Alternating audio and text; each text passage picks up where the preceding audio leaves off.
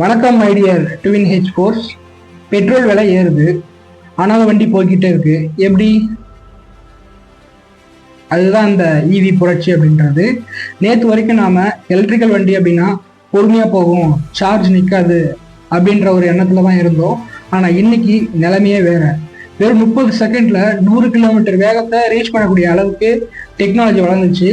இன்னைக்கு இந்த வீடியோல ஒரு எலக்ட்ரிக்கல் காருக்குள்ள என்னதான் நடக்குது, ஏன் இது எதிர்காலத்தோட கட்டாயமா இருக்கு அப்படின்றத பத்தி ஃபுல் டீட்டெயிலாக தெரிஞ்சுக்க போறோம். வீடியோவை ஸ்கிப் பண்ணாம கடைசி வரைக்கும் பாருங்க. முதல்ல பேசப்போது ஸ்பீடை பத்தி தான்.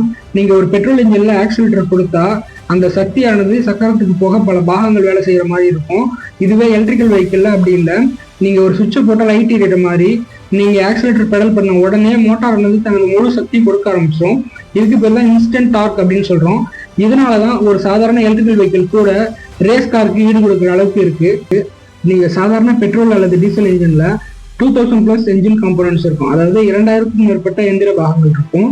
இதுவே எலக்ட்ரிக்கல் வெஹிக்கிள் பார்த்தீங்கன்னாக்கா 20க்கும் குறைவான எந்திர பாகங்கள் இருக்கிறதுனால மெயின்டெனன்ஸ் ரொம்பவே கம்மி, ஆயில் மாற்ற வேண்டிய அவசியம் இருக்காது, பிஸ்டன் தேயாது. சிம்பிளா சொல்லணும் அப்படின்னாக்கா இது ஒரு நடமாடும் சூப்பர் கம்ப்யூட்டர் அப்படின்னு சொல்லலாம். இன்னைக்கு பல பேருக்கு இருக்கிற பயம் என்னன்னா சார்ஜ் தீர்ந்துடுமோ அப்படின்றது தான். இப்போ வர வண்டியெல்லாம் ஒரு முறை சார்ஜ் பண்ண போதும் 400 கிலோமீட்டருக்கு மேல மைலேஜ் தரதா சொல்லியிருக்காங்க.